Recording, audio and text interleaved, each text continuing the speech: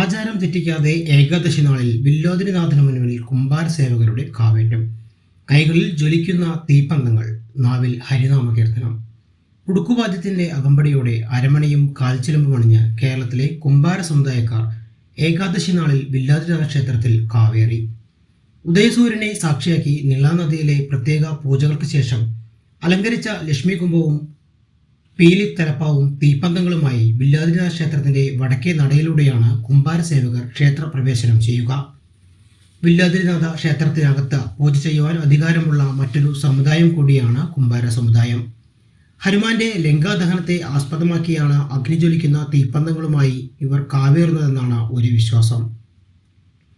എന്നാൽ പൂർവ്വകാലത്ത് ക്ഷേത്രം അഗ്നിക്കിരയായപ്പോൾ വിഗ്രഹങ്ങൾ ഭാരതപ്പുഴയിൽ നിക്ഷേപിച്ചുവെന്നും ക്ഷേത്ര പുനരുദ്ധാരണ ശേഷം ആ വിഗ്രഹങ്ങൾ നിളയിൽ നിന്നും എടുക്കുവാൻ കഴിയാതെ വിഷമിച്ചപ്പോൾ കുംഭാരന്മാർ മുങ്ങിയെടുത്ത് പ്രതിഷ്ഠ നടത്തിയെന്നും അതിൻ്റെ ഓർമ്മ പുതുക്കലാണ് നിളയിൽ നിന്നുള്ള എഴുന്നള്ളിപ്പെന്നും വിശ്വാസമുണ്ട്.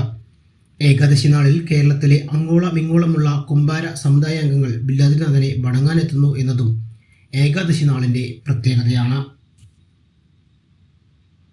പഴയ കാലത്ത് ഈ ക്ഷേത്രം ഓല കൊണ്ടായിരുന്നു. അപ്പോൾ ഞങ്ങളുടെ ആൾക്കാർ ഇതിന്റെ താഴെ തന്നെ ഭാരതപ്പുഴയുടെ പടിഞ്ഞാറ് ഭാഗത്തിനെ കുറച്ച് ആൾക്കാർ താമസിക്കണ്ടേ. അപ്പൊ അന്നത്തെ കാലത്ത് ഞങ്ങളുടെ ആൾക്കാരൊക്കെ നായാടിന് പോകുന്ന ഒരു കാലഘട്ടങ്ങളാണ്. അപ്പൊ നായാടിന് പോകുന്ന ഒരു കാലഘട്ടത്തിൽ ഇവിടെ അടുത്ത് നമ്മുടെ അമ്പലം ഇങ്ങനെ കത്തുന്ന കണ്ടുവരും. അതെന്ത് ചെയ്തു, നമ്മൾ ശ്രീരാമനെ കത്തുമെന്ന് പറഞ്ഞ് നമ്മളുടെ ആൾക്കാരെ എടുത്തിട്ട് അങ്ങനെ ഭാരതപ്പുഴയെ കണ്ടുകിട്ടു. ലാസ്റ്റ് പിറ്റേ ദിവസം നമ്മളെ കൊച്ചി രാജാവും തിരുമേനിമാരും വന്നു നോക്കുമ്പോൾ പ്രതിഷ്ഠ കാണാനില്ലാന്ന് പറയുന്നത്. അങ്ങനത്തെ എവിടെ പോയി എങ്ങനെ പോയി എന്ന് അന്വേഷിച്ച് നോക്കുമ്പോൾ ഇന്നൊരു വഴികളും കാണാനില്ല. അങ്ങനെ പ്രശ്നം വെച്ച് പരിഹരിച്ച് നോക്കി നോക്കുമ്പോൾ ഭാരതപ്പുഴയിലുണ്ടെന്നായി. ഇതേമാതിരി തന്നെ അവര് ഹോമമൊക്കെ ചെയ്തു പുഴയെന്ന് ആവാഹിച്ച് കിട്ടുമ്പോൾ വീണ്ടും അത് കിട്ടുന്നില്ല. ഞങ്ങളുടെ ആൾക്കാർ കുറെ ഇങ്ങനെ വന്നു നോക്കും, അങ്ങനെ ഒഴിഞ്ഞു പോകും, വന്നു നോക്കും. ഒരു ദിവസം ഇങ്ങനെ വന്നു നോക്കുമ്പോൾ എന്ത് ചെയ്തു, ശ്രീരാമന്റെ പ്രതിഷ്ഠ ഒരാൾ പെട്ടെന്ന് എന്ത് ചെയ്തു, അവിടുന്ന് വെളിച്ചപ്പെട്ടു. ഗോവിന്ദ എന്ന് പറഞ്ഞിട്ട് ഒറ്റ എടുക്കലും എന്നിട്ട് ഇവിടെ വീണ്ടും പ്രതിഷ്ഠ കൊടുത്തു. അതിന് ശേഷമാണ് ഞങ്ങൾക്ക് കുംഭാരന്മാർക്ക് ശ്രീരാമനും ഹനുമാനും ലക്ഷ്മണനായിട്ടുള്ള ബന്ധം കൂടാനുള്ള കാലം. അപ്പൊ ആ പ്രശ്നം വെച്ച് പരിഹരിച്ച കാര്യങ്ങൾ നോക്കി നോക്കുമ്പോൾ കുംഭാരന്റെ ഒരു ദൈവമാണ് ശ്രീരാമൻ, ലക്ഷ്മണൻ, ഹനുമാൻ, സീത.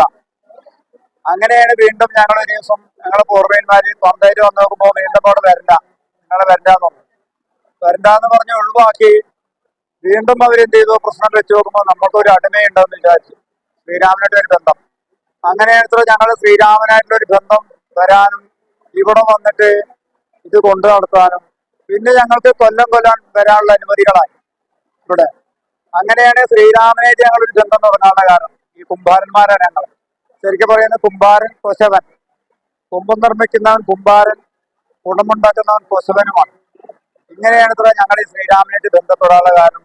അത് എത്ര വർഷമായി ഇവിടെ വരവ് തുടങ്ങിയിട്ടൊന്നും എത്ര കാലങ്ങളായെന്നും പൂർവികമായിട്ട് ഞങ്ങൾക്ക് പറയാൻ വയ്യ. കാരണം എന്താ വെച്ചാൽ അതിന് ഞങ്ങളൊരു ചെമ്പോലയില് ഞങ്ങളെ പൂർവ്വന്മാരെ ഞങ്ങൾ പറഞ്ഞിട്ടില്ല.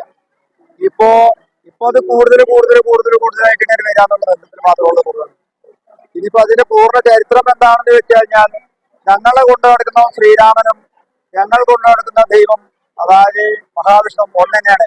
അവതാര വിഷ്ണു, ശ്രീരാമൻ എന്ന് പറയുമ്പോൾ അവതാര വിഷ്ണു തന്നെയാണ് ഞങ്ങളുടെ ദൈവവും. അതുകൊണ്ടാണ് ശ്രീരാമൻ ഞങ്ങളുമായിട്ട് ബന്ധപ്പെടാനുള്ള കാരണം, ഈ ബന്ധം വരാനുള്ള ഒരു കാരണം.